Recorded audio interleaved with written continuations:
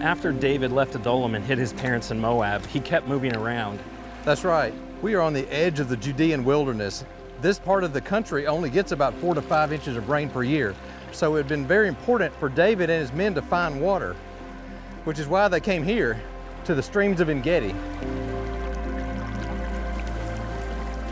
I would never imagine being in a place so arid as the Judean wilderness and then seeing a waterfall with a stream like this gurgling through. It's a beautiful place, and of course you can see even here in the middle of the summer, water still comes through here.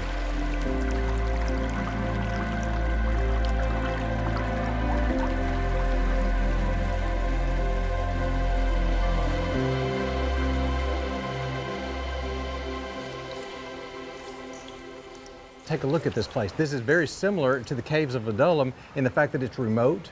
In addition to that, he had a layer of protection here. He would have been able to see when people were coming.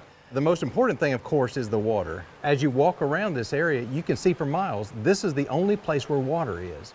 And so water continually funnels through the wilderness of Judea into this narrow valley that comes through Ein Gedi. During the rainy times of the year, the water can be actually much higher than we are right now. In fact, you can see some of the markings and stuff on the wall where the water has been up that high during the wet season. Again, Barry has taken us to a place that the Bible describes David going to during Saul's pursuit of him, and it's not some random place. It makes sense that he went there, and it makes sense why he went there. It's a real place, and you can walk up that canyon yourself. It was at En Gedi that Saul heard David was there. He brings his troops down, and he needs to take care of some business. Goes into a cave. It just happens to be the cave where David and his men are hiding. He had the peer pressure of his soldiers saying, God has given you a moment. God has provided an opportunity for you to eliminate the opposition. And David goes as far as to cut the king's robe, just the corner of it. And then guilt overcomes him, and he goes out after Saul leaves the cave to let him know, look, your life was in my hands. I could have removed you if I wanted to. For 10 years, David was on the run, trying to keep from being killed by Saul. And it would have been so tempting to cut all of that short by eliminating him in that cave.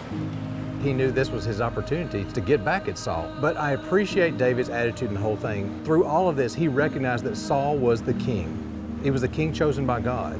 David was a man after God's own heart. He had honor for the king, even though he was in the situation that he was in.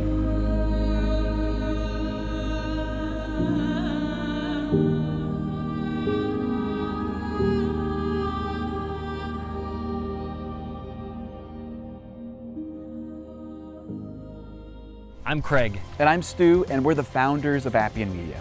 We really hope that you've enjoyed the content that you've just seen. This was only made available through the generous donations of so many of you. We believe that the world should have biblically accurate, visually engaging content about the Bible, and it should be free for everyone. We would encourage you to visit the membership page of appianmedia.org and consider becoming a reoccurring member. Everything that you donate to Appian Media is tax deductible. However you decide to donate, we really appreciate your support.